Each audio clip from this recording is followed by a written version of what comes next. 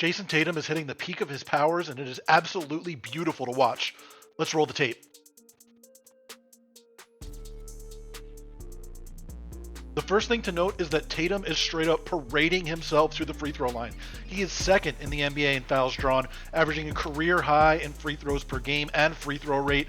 Last year, both of those figures dropped from where they were the year before after they had been steadily rising each year of his career. He's making a concerted effort to get himself to the line more often, and it's paying off in a big way. For a player with his skill set, and especially with his size and strength, this is something that absolutely needed to happen after the way last year went. It's really good to see it come to fruition. Beyond that, this has been the most efficient isolation season of Tatum's career. He's in the top 25% of all players league-wide in terms of high-volume isolation players, and some of that is just because he's committed to using his size when he gets smaller defenders on him. Go through Dame Lillard on a switch. We also know that he's just a ridiculously skilled player. He's able to put together combinations of moves that really not many other players can match.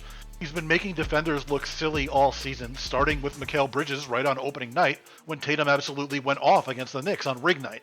He's also just smart about leveraging a move he used against a defender earlier in the game to set him up later on. Watch what he does in the fourth quarter against Buddy Hield in about a minute span. He gets Hield with that little forearm shiver to create space at the free throw line.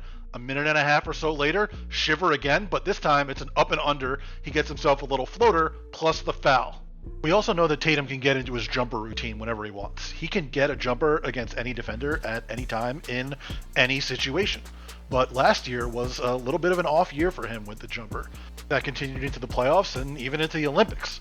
This year, it's been much better, and I think a major reason for that is that he's been much more efficient actually getting to the jumper in the first place. The average number of dribbles he's taken before putting up a jumper has gone way down year over year, and is now back to where it was 2 or 3 years ago, and accordingly, his efficiency on those shots has gone back up. Even when you're as skilled a player and as good a shooter as someone like Jayson Tatum, messing around with the ball a little bit less often before you put the ball in the air is going to help you make some shots. That's just the way these things go.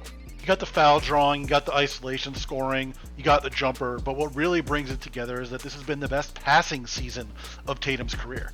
He's averaging career highs in assists per game, per 36 minutes, and assist rate on his teammates' baskets when he's been on the floor.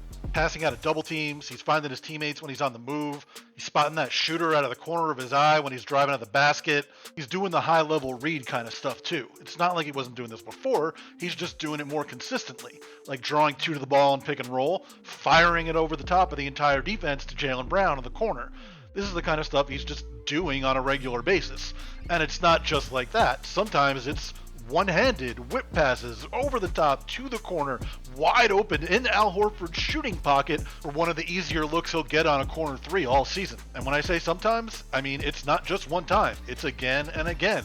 Righty, lefty, draw the entire defense, fire it out to Sam Hauser, 5-alarm fire shooter at the top of the key. Then you could just do it through traffic. Pick and roll, draw two, whip, whoosh, all the way across the court to Derek White, catches Deuce McBride falling asleep. Sometimes it really is just that easy. And for Jayson Tatum, sometimes it's pretty often this year. Thank you for watching Last Night in Basketball. I'm Jared Dubin. Like, subscribe below, head on over to lastnightinbasketball.com and subscribe today.